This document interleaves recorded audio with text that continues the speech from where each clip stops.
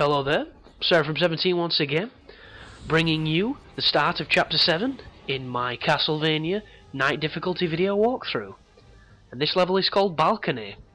And right at the start, if you notice what I just did, if you rush forward and drop straight down, you will skip the initial fight. There are a lot of fights on this level that you can skip, and I'm going to show you the best way to do them. Right now is a Swordmaster fight. If you jump up here, you'll completely skip it, so make sure you do that. And that's two fights that you potentially might have struggled with that you've now completely got rid of. And the next one coming up is against Scorpion. I've done it again! Jesus Christ! Skeletons! They're two different fucking words! How do I do this?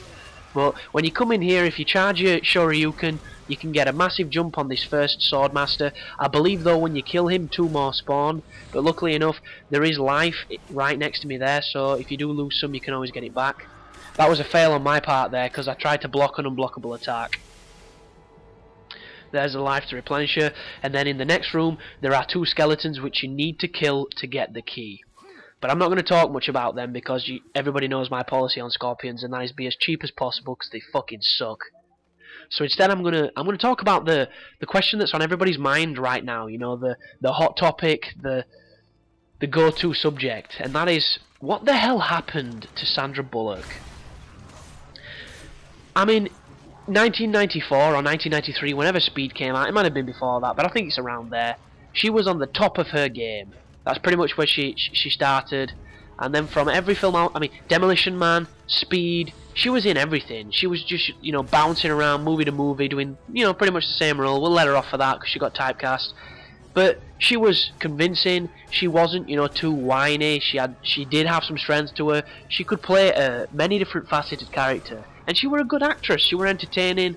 She could be naive. She could be stubborn. It was cool. I liked Sandra Bullock. She was awesome. And then she kind of just vanished.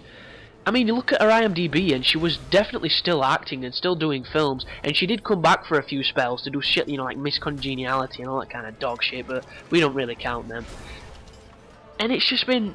She did a Costner. That's what I refer to it as. Doing a Costner. It's like Kevin Costner, exact same concept. He was completely on his game. He did, you know, The Bodyguard. He was doing fucking films left, right, and centre. You know, The Perfect World, I mean, Tin Cup or whatever. You know, Field of Dreams, Dancing with Wolves. He was in all sorts. He was a beast. And then he put all the money and all the funding into Postman. It came out. It was a pile of shit. It cost far too much money. He made no money back. And then we never saw him for 20 years.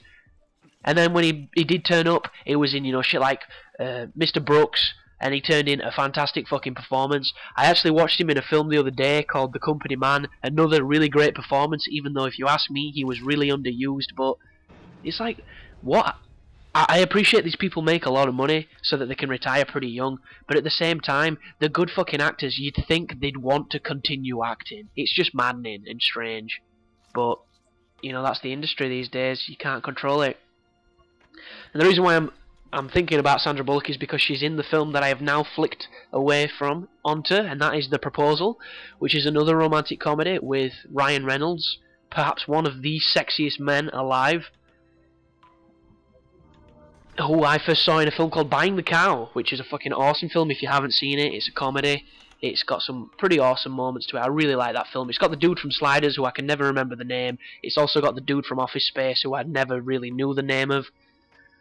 And, yeah, Ryan Reynolds' career is another one. He went from being kind of like the nerdy comedy star to this ripped fucking, you know, one-man show in Buried, which he pulled off really convincingly. But back to the game. Right there is the rolling puzzle. It's not too challenging as long as you know the solution. If you watch what I did, it's dead simple. But thanks for watching, guys. I'll see you in the next video. You take care now.